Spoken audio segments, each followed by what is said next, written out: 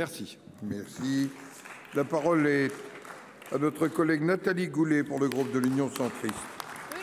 Monsieur le Président, Madame la Première ministre, Mesdames, Messieurs les ministres, mes chers collègues, deuxième clou du cercueil après l'intervention de Sophie Primas, cette fois-ci pour plaider pour la filière agricole qui est lourdement frappée par la crise énergétique avec évidemment l'augmentation des intrants, des ruptures de contrats d'approvisionnement d'énergie, notamment des fournisseurs alternatifs. Ce secteur semble oublié alors que d'autres sont plus attentifs à d'autres secteurs et les agriculteurs sentent douloureusement cette injustice. Le cas par exemple de la coopérative Biocer dans l'Eure, 280 adhérents, 26 dans l'Orne, facture énergétique 285 000 € aujourd'hui, plus d'1 million si rien n'est fait. Ceci est évidemment insoutenable. Sophie Primas a très bien expliqué le dispositif. Il en est de même pour la filière équine, chère au président Larcher, et pour les jeunes agriculteurs récemment installés qui ne peuvent bénéficier de dispositifs en place mal adaptés. N'oublions pas les suicides d'agriculteurs et les nombreux drames personnels. Notre souveraineté alimentaire, monsieur le ministre, dont vous êtes évidemment chargé, est menacée. Quelles mesures allez-vous prendre et quelles mesures avez-vous déjà prises pour soutenir les agriculteurs dans cette période extrêmement difficile?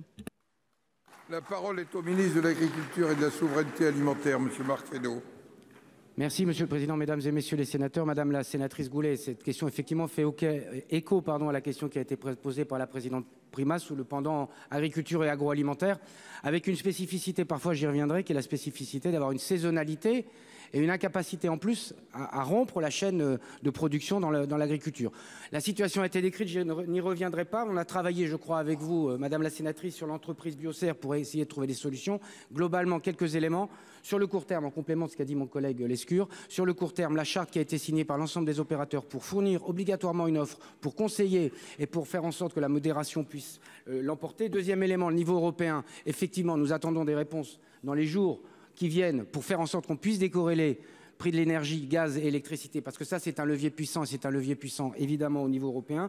Nous simplifions enfin l'aide aux énergies des entreprises énergo-intensives en l'adaptant mieux à ce qu'était la réalité, y compris, je le dis, de la saisonnalité des industries agroalimentaires. Je pense à une filière pour être emblématique qui est celle de la betterave, où on voit bien qu'il y a une période où on a besoin de plus d'électricité que d'autres ou d'énergie que d'autres, et le dispositif en tenait mal compte, et donc on a réajusté le dispositif. Enfin, il est massifié dans son montant, puisqu'on est passé, on a doublé pour chaque catégorie d'entreprise de 2 à 4 millions, de 25 à 50 millions et de 50 à 100 millions. Enfin, dernier élément, et là c'est plutôt sur le moyen long terme, Madame la sénatrice, on a besoin aussi de travailler à faire en sorte, vous en avez parlé, d'être moins dépendant d'un certain nombre de facteurs de production, je pense à l'énergie, et je pense aussi à l'intérieur de l'énergie, aux intrants, en particulier aux intrants azotés, parce que la situation dans laquelle l'Europe s'est mise d'une dépendance trop importante fait en sorte que nous avons besoin de reconquérir cette souveraineté. Donc des mesures de court terme et des mesures d'accompagnement de moyen et long terme pour l'ensemble des filières agricoles et agroalimentaires.